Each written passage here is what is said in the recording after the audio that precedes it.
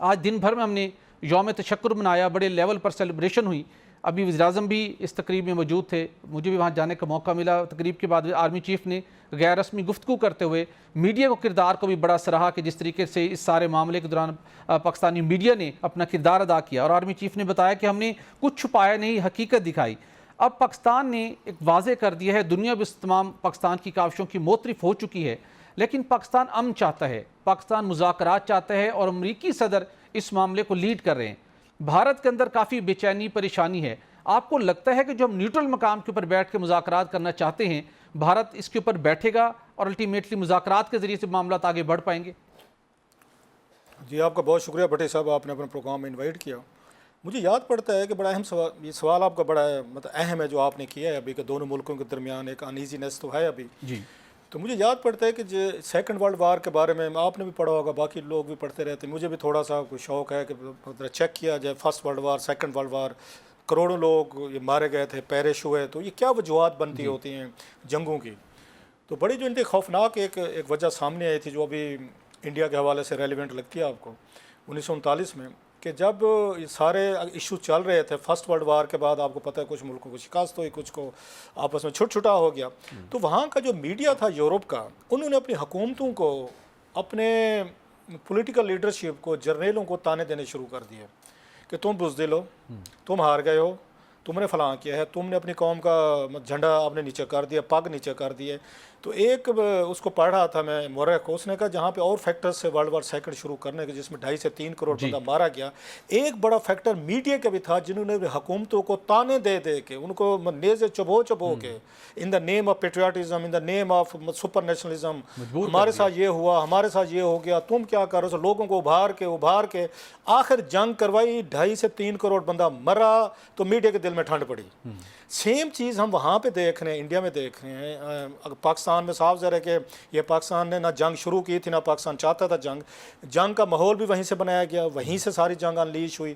ان کا خیال تھا کہ ود ان آورز ہم ساری چیزیں وہ کر لیں گے. اور آپ نے ان کے تو بیانات سن لیے ہوں گے، میں تو مطلب کیا کہیں، اتنے بڑے عہدوں پہ لوگ بیٹھے ہوئے ہیں.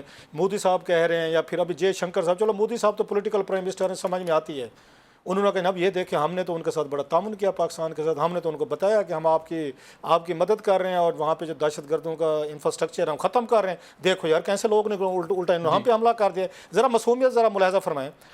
جے شنکر صاحب ویری سیزنڈ، ایک ان کا بیک گراؤنڈ ہے ڈپلومیسی میں، ہیوج ایک بیک گراؤنڈ ہے جس کے ساتھ وہ آئے ہوئے ہیں. بڑے سارے ان کا فارن سیکریٹری رہے ہیں، بڑے بڑے کیپٹل میں ڈپلومیٹ رہے ہیں، امریکہ میں رہے ہیں. انبلیویبل شاکنگ سٹیٹمنٹ ان کا بھی میں دیکھ رہا تھا کلپ، انہوں نے بھی یہی فرمایا کہ دیکھو یار ہم نے تو انہیں انفارم کیا کہ آپ کی ملٹری پہ ہم تو اٹیک نہیں کر رہے، تو آپ لوگوں کو کیا پڑھوں، ہم پہ حملہ کر دیا. سو یہ جو چیزیں ہیں. اب دوسری چیز ایک اور ہے جس کی وجہ سے انڈین جو ہیں وہ اپ سیٹ ہیں. یہ میچورٹی ہے، یہ مطلب یہ کیا تھا، اتنے سینئر وہ ایک مطلب وہ سیاستدان ہیں، اور اس لیول کے اوپر یہ بات کریں جسے ایک معصوم بچہ بات کرتے کہ ہم نے حملہ کرنا تھا 5 مقامات کے اوپر، اور انہوں نے سائٹ پہ بیٹھنا تھا، اور ان کو دیکھیں ہم نے حملہ کیا، انہوں نے جواب دیا. 2 چیزیں ہیں. ایک چیز میں کہہ رہا تھا نا کہ اس پہ اب وہاں پہ ایک اور، میں آتا ہوں آپ کے سوال کی طرف، ایک اور بھی وہاں پہ ڈیبیٹ شروع ہو گئی جب ان کے ایئر چیف، نیول چیف اور آرمی چیف بیٹھے ہیں، ان سے جرنلسٹوں نے سوال کیا. یہ پاکستان دعویٰ کر رہے ہیں، انٹرنیشنل ان کو میڈیا جو ہے وہ سپورٹ دے رہا ہے کہ انہوں نے یہاں پہ آپ رفال جو ہیں یا رفیل جو ہیں ان کو گرا دیا. انہوں نے آپ بتائیں کتنا نقصان ہے. انہوں نے کہا یہ ہم نہیں بتانا چاہتے. اس سے بھی انڈینس کے دل میں ڈاؤٹس بڑے ہیں کہ جناب اس کا مطلب ہے کہ ہم نے تو کوئی ان کا جہاز نہیں گرایا، انہوں نے ہمارے جہاز گرا دیے جو پاکستان دعویٰ کر رہے ہیں، دنیا بھر میں چیزیں آ رہی ہیں. اس سے وہ ڈیمورلائز ہوئے ہیں.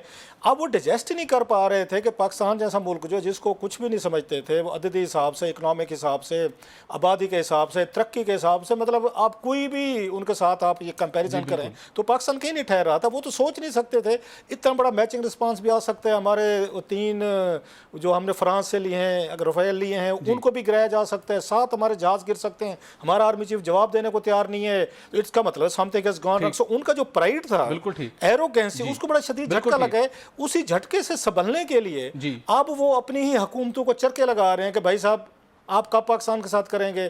اچھا ہماری سائٹ پہ بھی صاف ظاہر ہے ایک اپنا نیشنل پرائڈ ہے، آج جیسے یوم تشکر منایا گیا ہے اور بہت ساری سیلیبریشنز ہو رہی ہیں. سو یہ چیزیں بھی وہ دیکھ رہے ہیں. سو ان کے اندر بھی ایک وہ ہو رہے ہیں، وہ پزلنس کہیں، امبیرسمنٹ کہیں، جس کو کور اپ کرنے کے لیے لاسٹلی یہ کور اپ تھا بیسیکلی. یہ مطلب دس از کال فیکنگ.